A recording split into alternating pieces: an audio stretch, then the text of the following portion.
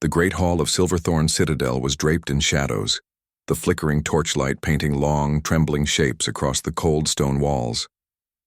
The air was heavy with incense and expectation, 1,000 eyes waiting, watching, measuring.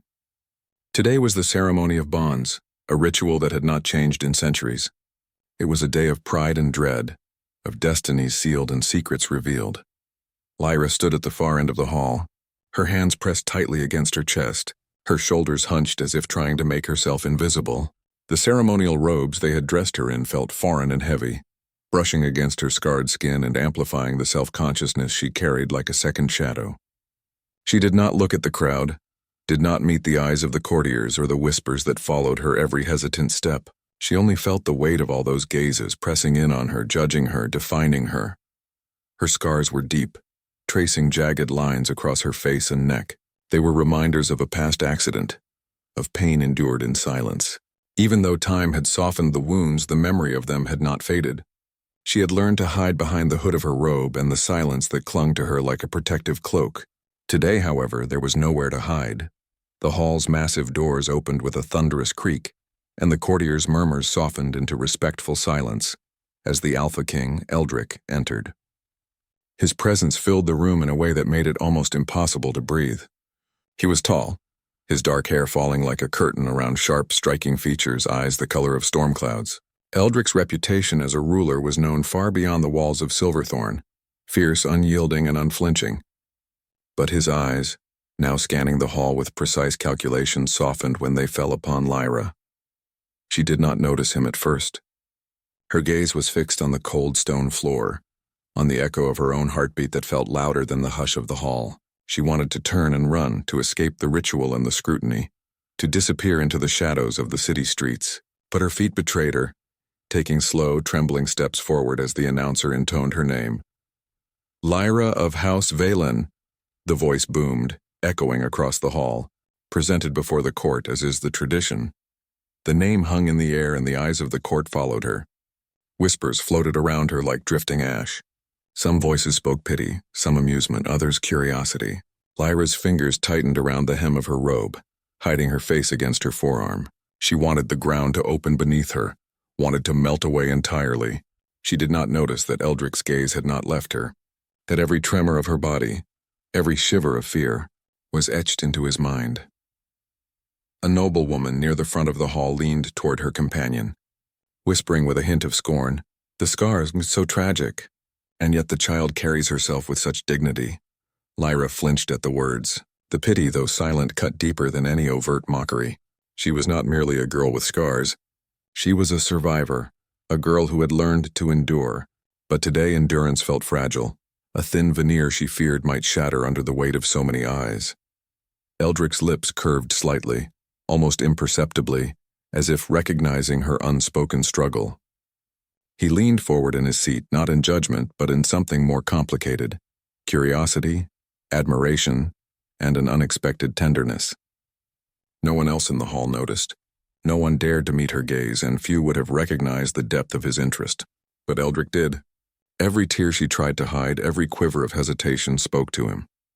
And something inside him stirred, a desire to protect, to understand, and perhaps to claim a bond that went beyond the formalities of the court. The announcer continued, unaware of the tension building between the king and the Omega. Today, the Omegas are presented not only for their houses but as bearers of hope for the realm. May the bond strengthen the kingdom and honor the legacy of Silverthorn. Lyra felt the words as a weight upon her, the enormity of expectation pressing against her chest. She wanted to disappear. She wanted to curl into herself and vanish like a shadow swallowed by the walls. She hid her face, pressing it further into her arm, as though the world might forget her if she did not meet its gaze. A small, almost imperceptible sound, the shifting of Eldrick's chair, pulled her attention, though she did not look up. She sensed the presence, the weight of his attention, and for a brief moment it terrified her. She had never been seen like this, never fully. Not by anyone. Not by the ones who should have cared. And now, under the bright torches and the scrutiny of 1,000 noble eyes, she was noticed. Truly noticed, the court murmured again, and Lyra froze. A young lord unfamiliar with compassion leaned closer to a companion and whispered, "Do you think she can bear the bond? With scars like that, no one will—" His voice trailed off as his words were swallowed by the collective awe of Eldrick's presence. Eldrick's eyes, dark and unwavering, met hers across the hall. There was no malice in them. There was no judgment. There was understanding. A quiet acknowledgement that her pain was real, that her fear was justified, and, more importantly, that she was not alone. Lyra's breath caught. Her heart pounded like a drum in her chest, and for the first time in years she felt seen. Not for what others thought she should be, but for what she truly was. Her scars were not hidden from him, and yet he did not look away. Instead, he watched every tear, every tremor, and in that quiet attention, there was a strange comfort, a dangerous kind of hope that made her cheeks burn with shame and longing all at once. The ceremony pressed on, moving like a slow river, each Omega stepping forward in turn. Lyra's legs shook as she waited for her name to be spoken again, for the moment when she would be required to step into the center of the hall, exposed to every eye. And then it came. "Lyra of House Valen," the announcer called once more with a formal nod to the king. "Step forward." The hall seemed to constrict around her. The torches blurred into halos of light. The whispers became a hum, and all she could see was the path in front of her. She forced her feet to move, each step measured and hesitant. Her hands clutched the fabric of her robe as if it could anchor her to the floor, keep her from floating into the terror that awaited. Eldrick rose slightly from his throne, an unspoken acknowledgement of her courage. She did not know that he had personally instructed the guards not to impede her path, to ensure she moved with dignity rather than humiliation. His silent gesture carried more weight than words could convey, and yet Lyra had no idea. She did not know that the Alpha King, feared and distant to all others, watched every tear, every flinch, with a tenderness reserved for no one else. When she reached the center of the hall, Lyra hid her face completely, pressing it against her arms as though the world might forget her if she did not look up. The silence in the hall was heavy, expectant, and Eldrick's gaze held her, unyielding and protective. For a moment, the world narrowed to just the two of them, a shared understanding of vulnerability and strength. And then the announcer's voice broke the spell, calling the next Omega forward. Lyra, still trembling, felt the weight of the room's attention ease slightly as she stepped back. She did not know what the future held. She did not know that her life had been altered simply by being seen, fully and unashamedly, by the Alpha King. As she turned to retreat toward the shadows of the hall, a cold whisper brushed her ear, carried on a breeze she could not see. "The King's gaze is never blind, and your scars may mark you for more than shame." Lyra froze, her pulse leaping. The words were neither threat nor comfort, but something in between, a promise, a warning, and a spark of destiny she could not yet understand. Eldrick, seated once more, watched her vanish into the hall's darkness. His mind churned with questions, his heart stirred with emotions he had not expected. He had seen courage where others saw only imperfection, and in that fleeting connection, a seed was planted, one that could change the fate of the kingdom, and the life of a scarred Omega who hid her face but not her strength. The hall emptied slowly, leaving only the flicker of torches and the lingering hum of anticipation. Lyra did not yet know that her story was just beginning, that the threads of power, destiny, and longing were already woven around her. And Eldrick, the Alpha King, would follow those threads wherever they led, through shadows, through danger, and through the delicate, fragile beginnings of a bond that neither of them could yet name. The night settled over Silverthorn Citadel like a heavy cloak. Torches along the battlements flickered in the chill wind, casting long, dancing shadows over the stone walls. Inside, the hallways were quiet, echoing only with the footsteps of those who moved unseen. Lyra had slipped away after the ceremony, seeking refuge in the quieter corners of the city she had never truly known. The weight of the day still pressed upon her shoulders, and her heart thumped with a mixture of fear and relief. She wandered along the outer corridors, brushing her fingers against the cold stone, as if the walls themselves might offer some comfort. Her mind replayed the King's gaze, the way his eyes had lingered on her, not with judgment, but with something far more complicated. She could not understand it. No one had ever looked at her like that before. And yet a shiver ran through her, not of fear but of curiosity, of a strange, unsettling hope. Lyra paused in a small courtyard hidden behind the outer walls, where moonlight painted silver patterns across the cobblestones. She sat on a stone bench, pulling her hood over her scars, wishing she could disappear entirely. Her fingers traced the edges of her robes, and she whispered to herself, "I am nothing, just a shadow, a mistake they all wish to forget." The words barely left her lips when a shadow detached itself from the darkness near the fountain. She stiffened, fear gripping her chest. But the figure did not approach with threat. Slowly, deliberately, it stepped into the light, revealing the unmistakable presence of Eldrick, the Alpha King himself. Lyra's breath caught. Her heart raced so fast she thought it might break her chest. She wanted to flee, to vanish into the night like she had tried so many times before. But she could not move. His eyes found hers immediately, calm, commanding, yet softened by the faintest trace of something like warmth. "Do not be afraid," he said, his voice low, carrying the authority of the throne but also a gentleness she had not expected. "You have nothing to fear here." Lyra's lips parted, but no words came. She wanted to tell him to leave, to forget her, to leave the shadows alone, but instead she felt the beginnings of trust stirring, tentative and fragile.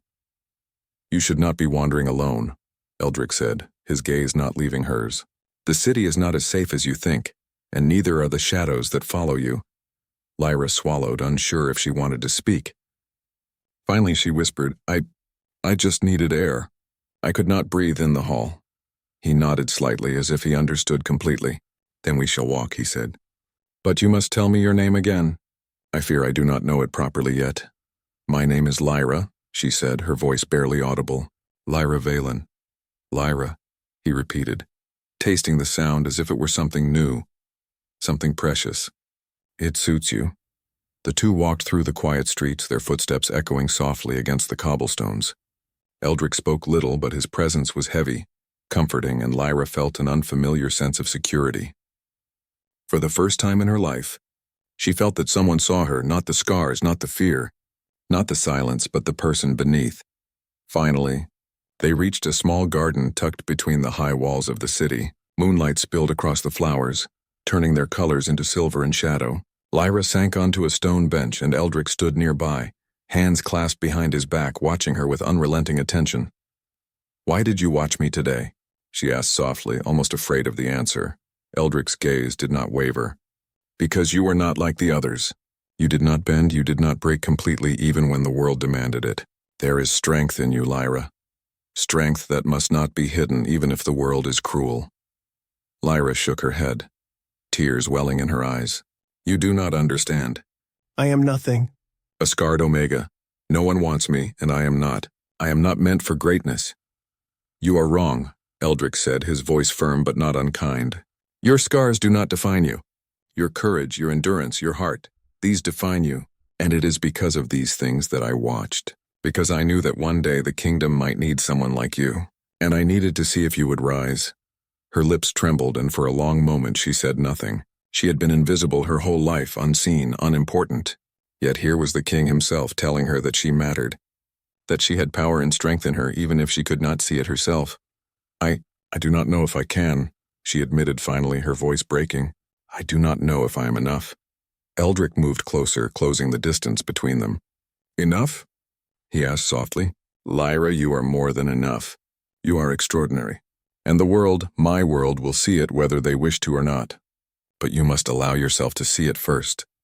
Lyra's heart thudded painfully, a mixture of fear, hope, and something she could not name. She wanted to trust him, yet a part of her trembled with the fear of being seen, truly seen, and then abandoned. "You are brave," Eldrick said, his voice almost a whisper now. "Bravery is not the absence of fear, but the choice to face it even when the heart trembles. I saw your courage today. I see it now." A silence fell between them, filled only by the rustle of leaves and the distant cry of a night bird. Lyra's chest heaved with emotion, the weight of the day, the ceremony, and her lifetime of hiding pressing against her. Yet in Eldrick's presence the weight felt different, less like a burden and more like a challenge she could rise to meet. "You are kind to speak so," she murmured, her voice still fragile. "But why me? Why do you care?" Eldrick's eyes darkened, not with anger but with intensity. "Because fate has chosen you. The prophecy that haunts Silverthorn is not idle. The kingdom stirs and the darkness comes. You are not merely an Omega, Lyra.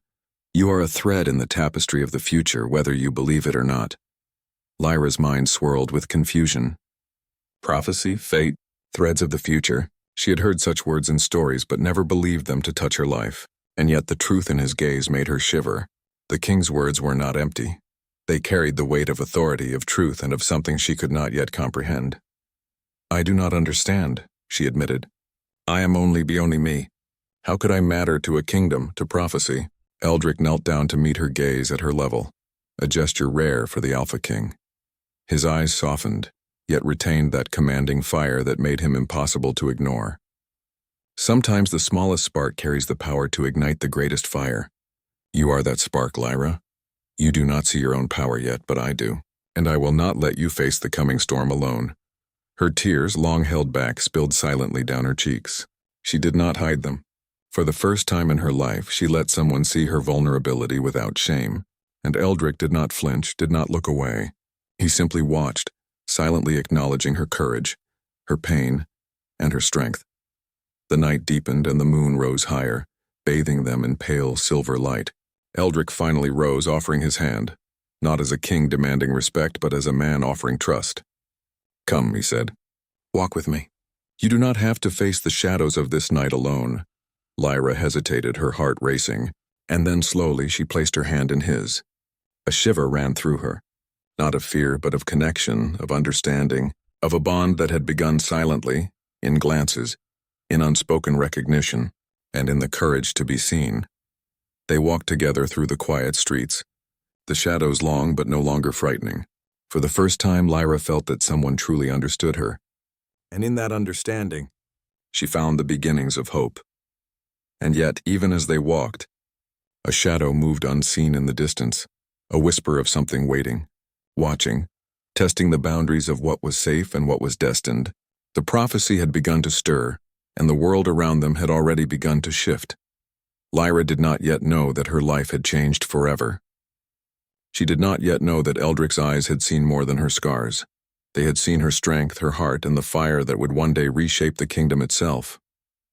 But the first step had been taken, the first thread of a bond woven quietly under moonlight. In a garden of shadows and silver, and somewhere in the dark, the wind carried a quiet warning. The threads of fate have begun to move, and the storm is coming. Prepare, little spark, prepare. The dawn was pale, a silver veil over the rooftops of Silverthorn Citadel. Lyra awoke in the small room Eldrick had arranged for her in the east wing of the castle. She sat on the edge of the bed, her hands folded tightly in her lap, staring at the floor as if it held answers. The events of the previous night replayed in her mind. The king's gaze, his words, the warmth she had never known. Her heart still raced, a mixture of fear and anticipation. Outside, the city began to stir. Merchants shouted. Children ran through narrow streets, and the distant clang of the smithy echoed like a heartbeat through the walls. But inside the castle, shadows lingered. There was a tension in the air, something unseen but heavy, pressing against the stones and the very soul of the kingdom. Lyra dressed quietly, her hands trembling as she fastened the simple clasp of her robe. The scars that ran across her face were now visible in the morning light, a reminder of the past she had tried to forget. Yet when she looked at them in the mirror, she felt a strange shift. Perhaps they were not only reminders of pain, they were marks of survival, proof of her strength. A soft knock on the door pulled her attention. Eldrick entered without ceremony, his presence filling the small room in the way it always did. He did not speak at first. He simply watched her as if gauging her mood, her thoughts, the storm of emotion she kept buried. "Good morning," he said finally, his voice low and steady. "Sleep well?" Lyra nodded, unsure if she could meet his eyes. I did, I think. Though the city never truly sleeps." Eldrick stepped closer, his gaze unwavering. "Neither does the kingdom. Shadows move in silence, and some are drawn to those who hold power they do not yet understand." Lyra frowned, uncertainty clouding her features. "Power? I am no one, just a scarred Omega. How could I have power?" "You underestimate yourself," Eldrick said firmly. "Your scars are not weaknesses. They are symbols, and symbols, little spark, carry power the world cannot always see. But others will see it. Some will want to use it, some will fear it, and some will come to take it." The weight of his words pressed on her chest. Fear, once distant, now loomed like a dark cloud. She had always hidden, always fled, but now she realized that hiding might no longer be an option. The kingdom, its prophecy, and her own life had entwined in ways she could not yet understand. Eldrick walked to the window, his silhouette framed by the rising sun. "You are not alone, Lyra, and you will not face this storm alone. But you must prepare. The shadows are waking, and the path ahead will demand courage you have yet to claim." Lyra's hands trembled as she rose. What do I need to do?" Eldrick turned to her, his eyes intense. "Learn, watch, listen. The world is full of dangers that cannot be fought with sword or shield alone. And you have a gift hidden within you. Your scars are part of it, but there is more you have yet to discover." The words sent a shiver down her spine. She had never thought of herself as gifted. She had never thought she could change the course of anything. Yet here was the king telling her otherwise. They left the room together, moving through quiet corridors and empty halls. Eldrick guided her toward the library, a vast chamber filled with ancient tomes and scrolls. Dust hung in the air, illuminated by the morning sun that streamed through tall arched windows. Lyra's eyes widened at the sight. Knowledge and history surrounded her, whispering secrets of a kingdom older than memory. "This is where you will begin," Eldrick said. "The past often holds the key to the future. Learn its lessons, and you will understand the role you are meant to play." Lyra approached a table stacked with scrolls. She hesitated, then unrolled the first one. The words spoke of ancient prophecies, of omegas marked by scars who could alter the fate of kings and kingdoms. Her breath caught as she read. Could it be? Could someone like her, a girl who had hidden from the world, truly be destined for something so immense? Eldrick watched her quietly. "The prophecy speaks of a spark," he said. "One that will ignite change when the darkness threatens to consume all. I believe that spark is you." Lyra's hand shook as she lowered the scroll. "Me, but I am—" Broken scars, fear, doubts. How can I be the spark? Eldrick stepped closer, resting a hand lightly on her shoulder. "Strength is not the absence of fear, Lyra. It is the courage to face it. Your scars tell a story of survival. Your heart has endured what many could not. And now it is time to turn that survival into purpose." A sudden chill swept through the library. The torches flickered as if disturbed by a hidden wind. Lyra shivered, glancing around. Shadows seemed to stretch along the walls, forming shapes that were almost human, almost alive. "The shadows are waking," Eldrick murmured. "The kingdom has long been under a curse, one that stirs whenever the prophecy nears its turning point. You must be ready, Lyra. Danger will come for you whether you are prepared or not." Fear gripped her again, tighter this time. She wanted to run, to flee to the streets, to vanish into anonymity. But when she looked at Eldrick, standing strong and unwavering, she felt a flicker of determination. He believed in her. Perhaps if he believed, she could too. Hours passed as they studied together. Eldrick showed her maps of the kingdom, detailing lands where shadows were strongest, regions where spirits lingered, and places of ancient power. He spoke of nobles who might betray them, of forces that sought to exploit fear and weakness. Lyra listened, absorbing every word. The more she learned, the more she felt a stirring of something unfamiliar. Purpose. By evening, they had moved from the library to the training grounds. Eldrick insisted that knowledge alone would not be enough. Strength of body and mind must accompany strength of heart. Lyra followed his instructions, faltering at first, unsure of her own abilities. But Eldrick's patience never wavered. His encouragement was steady, firm, never harsh. "You are stronger than you think," he said quietly, observing her as she struggled to balance and move with precision. "Fear will always be present, but it does not control you. Control it and you will find power beyond what you imagine." Sweat ran down her face, mixing with the tears she could not quite stop, and yet for the first time she did not hide. She let him see her, scars and all, and felt a strange pride swell within her chest. For perhaps the first time she was being shaped not by fear, but by choice. Night fell fully, and the castle settled into a deep, uneasy silence. Eldrick escorted her back to her room. "Rest," he said.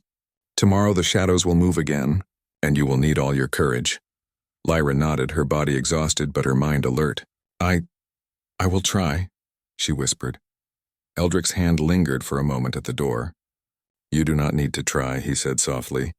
"You need only to be, and that is enough." As he left, Lyra stood by the window looking out at the moonlit city. The wind carried distant echoes of whispers, shadows moving where no light reached. She realized that her life had changed forever. The king had seen her, believed in her, and now the world was beginning to notice too. A sudden, distant cry reached her ears, a sound that chilled her to the bone. It was not human.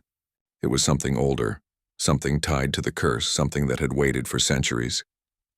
Lyra pressed her hands against the window frame, her heart pounding. Fear surged, but it was mixed now with determination. She could not hide any longer. She could not run. The prophecy, the shadows, the kingdom, they all demanded her courage. And somewhere deep within the unseen corners of Silverthorn, the shadows stirred with intent. Lyra did not know what they would bring or how close danger already was. But she understood one thing clearly. The spark Eldrick had spoken of was real, and it burned within her. The night whispered her name, carrying a promise and a warning. Prepare, little spark. The storm comes and you will either rise or fall. Lyra closed her eyes, letting the wind brush against her face. For the first time, she did not flinch. She would not hide. She would face whatever came next, no matter how dark. And in the distance, Eldrick watched from the battlements, his gaze unwavering. He knew the shadows were moving. He knew the kingdom's fate was tied to the girl with scars, and he knew that together they might just survive the storm. The castle of Silverthorn was restless. Even as dawn broke over the city, the wind carried a chill that spoke of danger, and shadows clung to corners where sunlight could not reach. Lyra had been awake before the first light, her thoughts racing. She had studied maps, trained under Eldrick's guidance, and felt the stirrings of something inside her she did not yet fully understand. A power, subtle but undeniable, seemed tied to the scars she had always tried to hide. Her routine was interrupted by a sudden, urgent knock at her door. She opened it cautiously, and a young guard bowed low. "My lady, trouble at the east gates." Stranger figures were seen moving in the woods. They refused to identify themselves. Lyra's heart beat faster. The shadows were not idle. The danger Eldrick had warned about was already coming. She straightened her shoulders and took a deep breath, the fear in her chest coiling with determination. She had learned to face fear, not to run from it. Eldrick was already waiting in the courtyard, his presence calm and commanding. "I sensed it," he said as she approached. "The shadows are moving faster than I anticipated. We must act, but carefully. Do not let fear rule your choices." Lyra nodded, gripping the hilt of a training sword Eldrick had provided. Though it was light and meant more for practice than battle, it felt steady in her hand, an extension of her resolve. "I will not falter," she whispered. Together they moved through the castle gates and into the edge of the darkened forest that bordered the kingdom. The morning fog clung to the trees, twisting the paths into a maze of shadow and light. Eldrick walked beside her, his eyes scanning every movement, his hand ready but never pressing against her back. He trusted her strength. Suddenly, movement caught their attention. Figures emerged from the mist, cloaked and silent, their intentions hidden behind dark masks. Lyra felt a pulse of fear, but it was tempered now by something stronger: courage. She stepped forward instinctively, raising her sword as Eldrick mirrored her stance. "Who are you?" Eldrick demanded, his voice carrying authority that made even the masked figures pause. A figure stepped forward, bowing slightly, but their presence radiated menace. "We come with warning, not with attack," the voice said, smooth and calm. "The Omega who hides her face. She carries more than scars. She carries the spark of the prophecy, and the forces that seek it will not wait." Lyra's eyes widened. The prophecy she had read of in the library, the one that had seemed distant and almost unreal, was now spoken to her by strangers in the woods. Her chest tightened. She was not just an Omega, not just a survivor. She was part of something much larger, something that could bring either salvation or destruction to the kingdom. Eldrick's gaze sharpened. "Explain yourselves," he demanded, keeping his sword raised. The figure spoke again. "The curse of Silverthorn stirs. Shadows from the old world awaken. Those who covet the spark will strike before the moon completes its cycle. The girl, Lyra, must embrace what she is, or the darkness will claim her, and through her the kingdom." Lyra swallowed, her fingers tightening around the sword. The weight of destiny pressed down on her, heavier than any physical burden. She felt fear, yes, but it was accompanied by an unexpected clarity.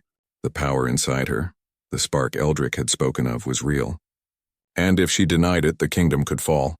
The cloaked figures vanished as suddenly as they had appeared, leaving only the echo of their words. Lyra looked at Eldrick, searching his face for reassurance. He did not speak immediately, but his hand rested lightly on her shoulder, grounding her in the moment. "You are ready," he said at last. "Perhaps not fully, but ready enough to begin. The first test of your strength is upon us. The shadows will not wait for you to feel prepared. You must move, act, and trust yourself." Lyra nodded, feeling her resolve harden. She had spent her life hiding, shrinking into herself, fearing the judgment of others. But now every step she took, every breath she drew, was an act of defiance, of courage. She would not be a passive witness to the kingdom's fate. She would shape it. The day passed in rigorous preparation. Eldrick guided her through exercises to sharpen both mind and body, blending strategy with awareness and training her to sense the subtle movements of unseen forces. Lyra learned to move with intention, to trust her instincts, and to embrace the energy that flowed through her scars. It was subtle at first, like a whisper beneath her skin, but growing steadily with every heartbeat. By nightfall, the castle's torches flickered against the stone walls, casting long, trembling shadows across the training grounds. Lyra stood beside Eldrick, her hair damp from exertion, her robe sticking lightly to her skin. She felt alive in a way she had never known, a mixture of fear, excitement, and purpose. "You have done well today," Eldrick said, his voice soft but filled with weight. "The shadows will come, but you are no longer the girl who hid from the world. You are stronger, sharper, and beginning to understand the spark you carry." Lyra looked up at him, her eyes reflecting both gratitude and uncertainty. "I am still afraid," she admitted. "But I will not run anymore. Not if the kingdom or the prophecy needs me." Eldrick stepped closer, lowering his voice so only she could hear. "Fear is not weakness. It is a signal, a warning. It tells you to be ready. And you are ready, Lyra. I see it. The spark is not just within you, it is rising to meet the darkness." The wind rustled through the trees, carrying with it a whisper that made Lyra's heart skip. She felt it deep within her, the presence of something ancient and unseen moving just beyond sight. Her pulse quickened, and for a moment she felt a strange exhilaration. Then, without warning, a sharp cry pierced the night. The cloaked figures had returned, moving swiftly and silently through the mist. Eldrick reacted instantly, drawing his sword with precision, placing himself between Lyra and the approaching threat. Lyra felt the spark within her flare, a sudden surge of energy she could not yet fully control. Her hands glowed faintly as she raised her sword, and the cloaked figures recoiled as if startled by something beyond human power. She felt a thrill and a fear at the same time. This was the first real test of what Eldrick had taught her, and she was determined not to fail.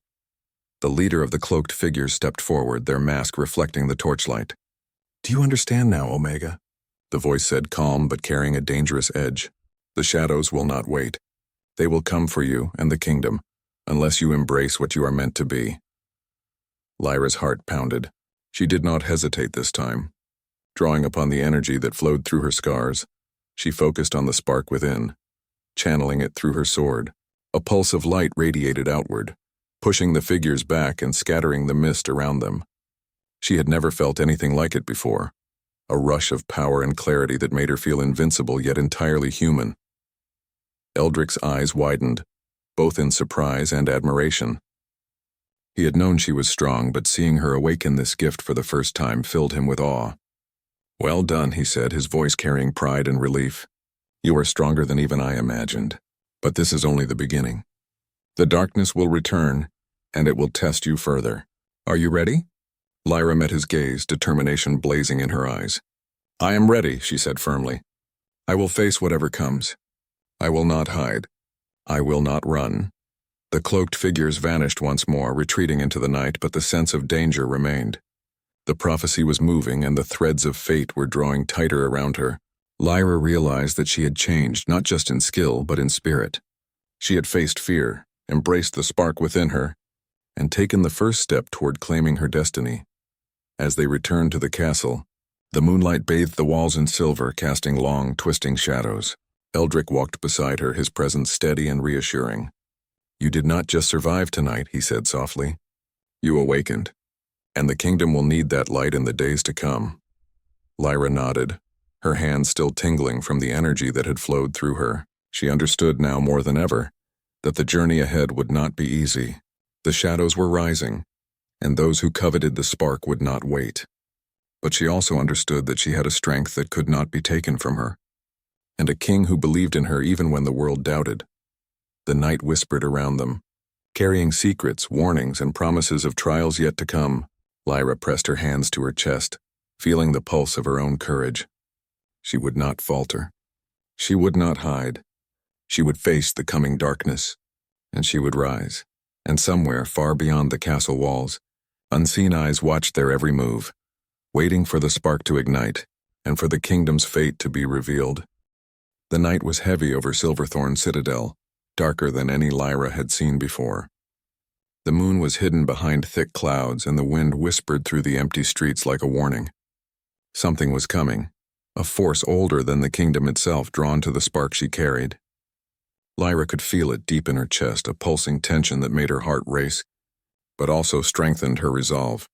She stood in the castle's main hall, the torches casting long, flickering shadows across the polished stone floor. Eldrick was beside her, his presence steady and commanding, a pillar against the rising storm. "Tonight," he said softly, "we face the darkness that has lingered for centuries. The shadows will test you, Lyra, but remember, your spark is stronger than fear." Lyra nodded, gripping the hilt of her sword. She could feel the energy coiling within her, waiting to be released. She had trained, studied, and faced the shadows before, but this night felt different. The air was thick with anticipation, and even the walls seemed to hold their breath. Outside, a distant sound cut through the silence, a low, mournful chant, like a memory of voices long forgotten. The cloaked figures had returned, their movements silent but purposeful, gathering at the edge of the courtyard. They were no longer messengers or warnings.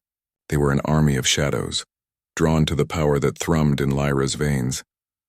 Eldrick stepped closer, lowering his voice so only she could hear. "This is it, Lyra. Trust yourself. Trust the spark within. I will stand with you, but the courage must come from you."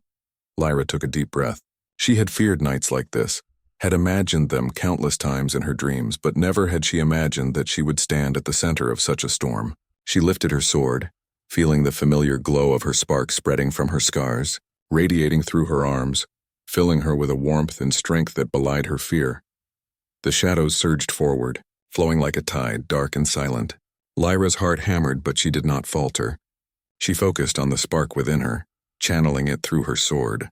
A beam of light erupted, pushing the shadows back and illuminating the courtyard with a silvery glow. The cloaked figures recoiled, startled by the force of her power. Lyra felt the energy humming beneath her skin, her body vibrating with a strength she had never known. She realized with a sudden clarity that she was no longer just the scarred Omega. She was the spark Eldrick had believed in, and the kingdom's fate rested in her hands. "Stand firm," Eldrick shouted, his voice echoing over the courtyard. He moved with precision, striking at the advancing shadows with his own sword, protecting her while she focused her energy. Their movements were synchronized, a silent understanding passing between them. Together they were stronger than any darkness. Lyra concentrated, letting the spark flow freely. The shadows hissed and recoiled, unable to penetrate the light. She could sense them probing, testing, but she was ready. Every scar, every fear, every moment of hiding had led to this. She was no longer afraid of being seen. She embraced it.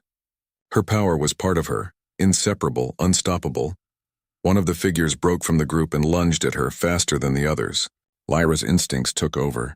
She stepped forward, the spark flaring brighter, and met the figure with a sweep of her sword. Light collided with shadow, and for a moment the world seemed to hold its breath. The figure froze, then crumpled, the darkness dissipating into the night. Eldrick's eyes were wide with awe. "You have mastered it," he said, his voice a mixture of pride and disbelief.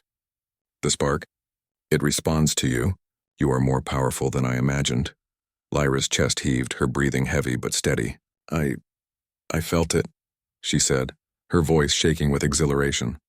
"It's part of me. I can feel it guiding me." The remaining shadows hesitated, sensing their leader's fall. Then, with a wave of her hand and the full force of her spark, Lyra sent a pulse of light rippling outward. The shadows screamed, or perhaps it was only the wind that carried their sound, and dissolved into mist, retreating into the darkness from which they came. The courtyard was silent once more, bathed in the pale glow of her power. Eldrick approached her, his expression solemn but filled with admiration. "You have done what many thought impossible. You have faced the darkness and emerged stronger. The prophecy is alive, and you, Lyra, are its heart. Lyra's hands trembled as she lowered her sword. The spark within her had calmed, but its warmth lingered, a quiet assurance that she could face whatever came next. She looked at Eldrick, her eyes meeting his, and for the first time she felt completely seen, not as a scarred Omega, but as the person she had always been beneath the surface. "You believed in me," she said softly. "Even when I did not believe in myself." Eldrick's expression softened. "I did," he said simply, "because I saw what others could not. And now the kingdom has seen it too. You are not just the spark, Lyra. You are a beacon." The wind shifted, carrying with it a sense of calm. The shadows had been pushed back, but their presence lingered like a memory. Lyra understood that this victory was only the beginning. The kingdom, the prophecy, and her own journey were far from complete. But for the first time she felt ready. She could face the darkness because she knew the strength that lay within her. Eldrick extended his hand, a silent offer of partnership and trust. Lyra took it, her grip firm, her heart steady. Together they walked back toward the castle, their footsteps echoing in the quiet night. Every step was a promise that they would stand against whatever came, side by side. As they reached the battlements, Lyra looked out over the city, the lights twinkling like stars beneath the rising moon. The prophecy had begun to unfold, and she was at its center. But she was not afraid. She had faced fear, embraced her power, and claimed her place in the kingdom. The spark was alive, and it burned brighter than ever. Eldrick placed a hand gently on her shoulder. "The shadows will return," he said, his voice low but certain. "And when they do, we will face them together. You have awakened, Lyra, and the world will never forget your light." Lyra nodded, feeling a calm determination settle over her. She was no longer hiding, no longer trembling at the thought of being seen. She was strong, she was powerful, and she was ready. The spark within her was not just a gift.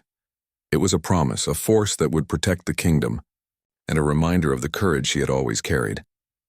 For the first time in her life, Lyra did not feel small or broken. She was whole. She was a beacon.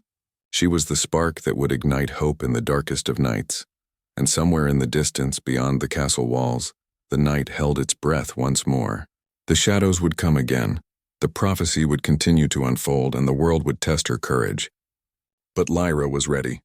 She had faced the darkness, embraced her power, and claimed her destiny. As she stood beside Eldrick, the Alpha King who had seen her when no one else did, she realized that the true victory was not just over the shadows.